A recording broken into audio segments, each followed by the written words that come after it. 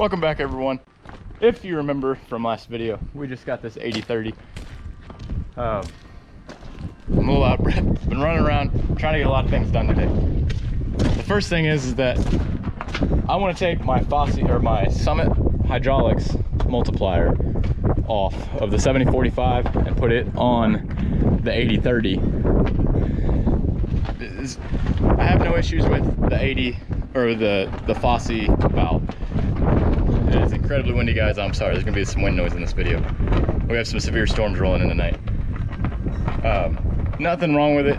It works like it should. I just don't like the way it's set up. I don't like how it operates. I much prefer my Summit hydraulics one. So that's what I'm gonna go with. I'm just gonna switch them around real quick. Shouldn't be that difficult, hopefully, and we'll go from there.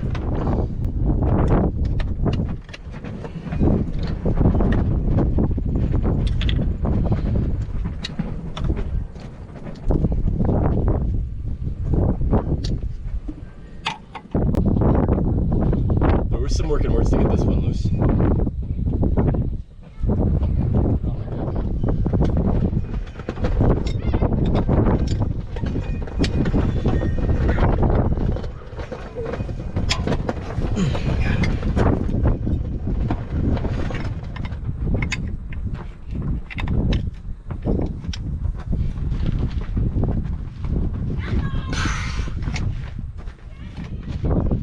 I'm sure you guys can tell by the skyline. The storms are rolling in. It looks like a little early. Sorry about the wind. Again, can't really control much of it. I got everything done as far as switching the multipliers. The only thing that I'm short is a couple of hoses that I'll have to have made. Basically, I need to get two hoses that have the JIC style fitting.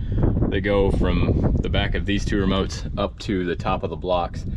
I've got one metal piece on there just to cover the hole, try to keep it clean as possible. But the multiplier is hooked up, actually on both tractors. So the rush now is just to kind of beat the storm. So not gonna get a whole lot of recording. I'm gonna park this bad girl inside the barn, close up shop. It looks like we have a used car lot in here. We made some room for the neighbors to get their vehicles in. We're supposed to get a lot of hail, is what they're predicting, and tornadoes, so try to protect their vehicles as much as we can. All of our stuff's in there too, so not hurting us any. All of our stuff's going to be protected as well. God willing, we'll see you guys in the morning. One last question. The slow moving vehicle sign, if your tractor's already big and orange, is it necessary? I'm gonna be honest, I feel like if you don't see something this size, I don't think you're gonna see a little triangle on the back of it.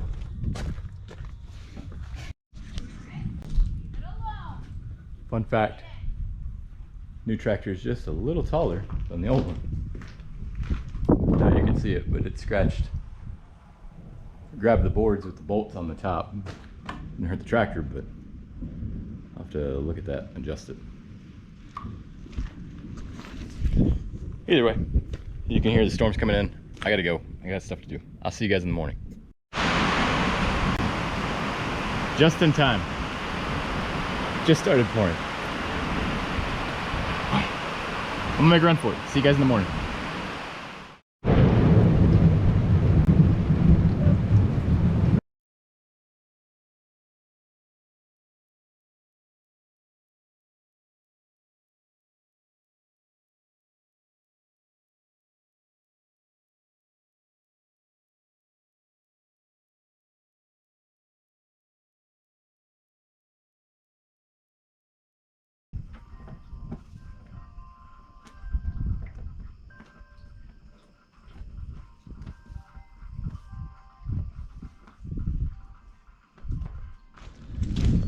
Morning, everyone.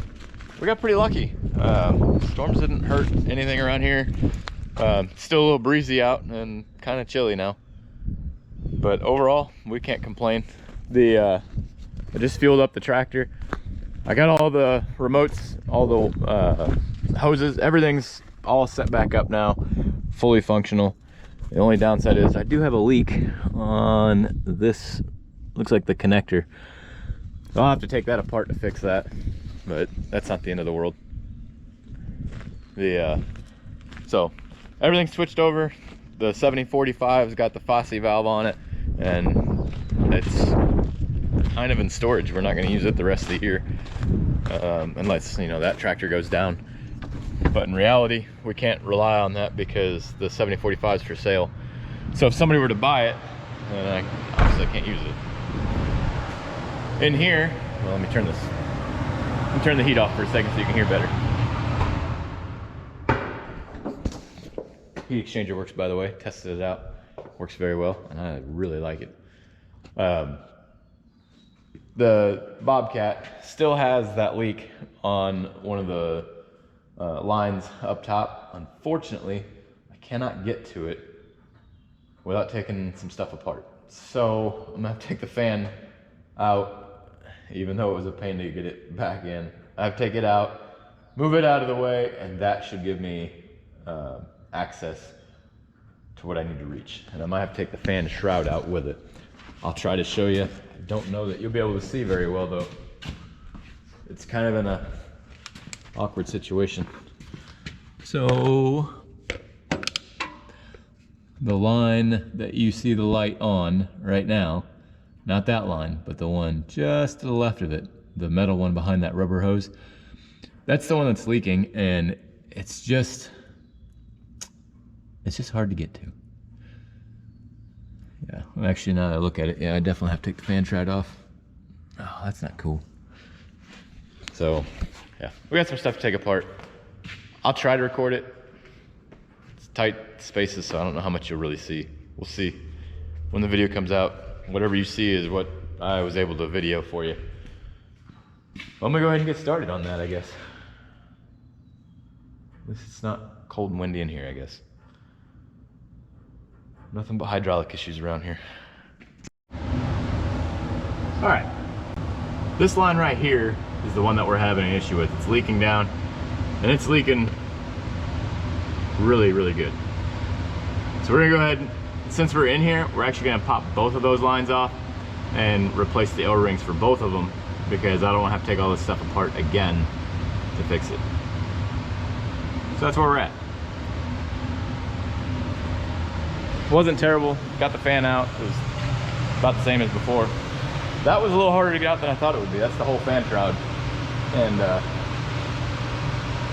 thankfully it's plastic because it's flexible. So let me see what I can do as far as getting those off, and we'll be in good shape.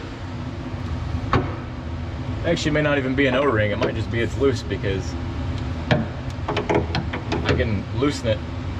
I didn't even need much effort, so my guess is it's probably loose, but I want to check this other one while I'm in here. I'm going to take this off so I get a better grip at it.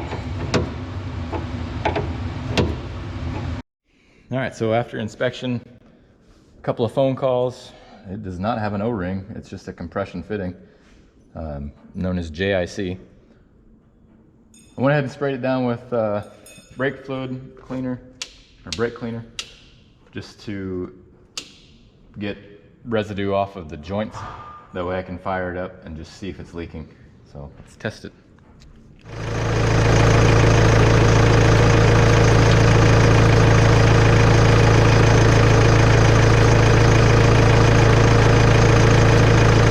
Good news!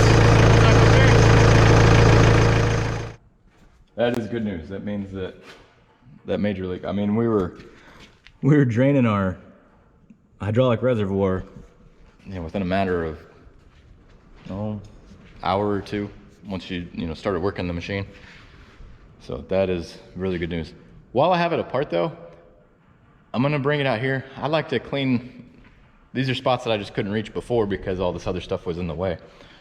So I'd like to take it out there and clean all these spots up, and then we'll bring it back in here and put it back together.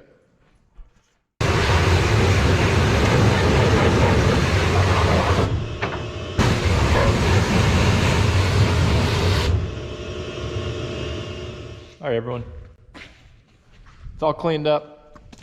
I gotta run to town and grab the U-joint for the Bush Hog, and I've also got to pick up a wrench that'll fit on that. I have crescent wrenches, obviously but they won't fit because the way that they're designed. So that's going to be a interesting situation, to say the least. We'll see how it goes.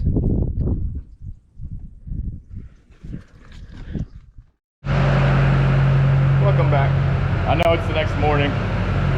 Things got a little more heated yesterday whenever I came home and was fixing this up. Basically, I couldn't get this end of the wrench on the line that I needed to tighten. It was just, that end was too thick. So I ended up cutting this end so I could fit it over almost like a brake line wrench. And it worked, got it tight enough, but I can't get it any tighter because now that you take this out of there, that little section, once you take this out, it makes it to where this, whenever you're tightening something, if it's too much stress, these two ends can flex away from each other. So instead of staying the same distance apart, they might open up, and it makes it to where it'll slip on that line. But we did get it tightened up. It is currently not leaking. We're gonna do a couple of test runs real quick before I put all the panels back on.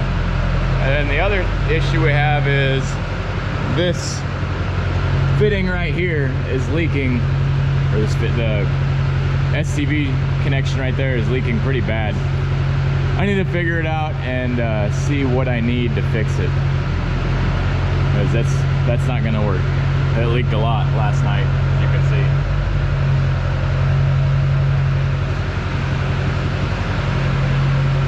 And the truck's running because it's due for an oil change and a tire rotation. And I gotta run those tires to town to get them mounted. They're like 20-inch rims, semi tires. They're actually for the manure spreader, for the politician. So just chugging away.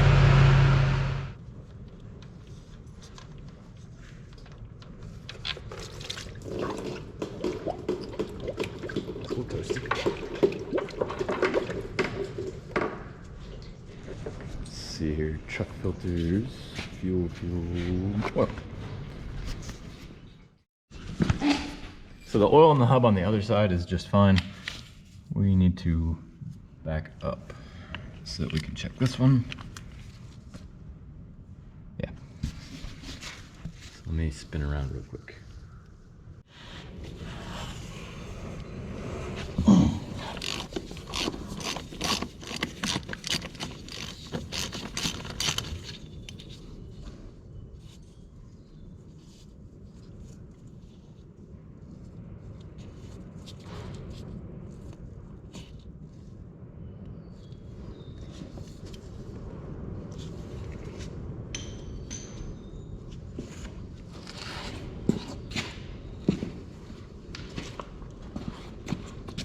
Not quite as full as I'd like it to be, so we're going to top her up.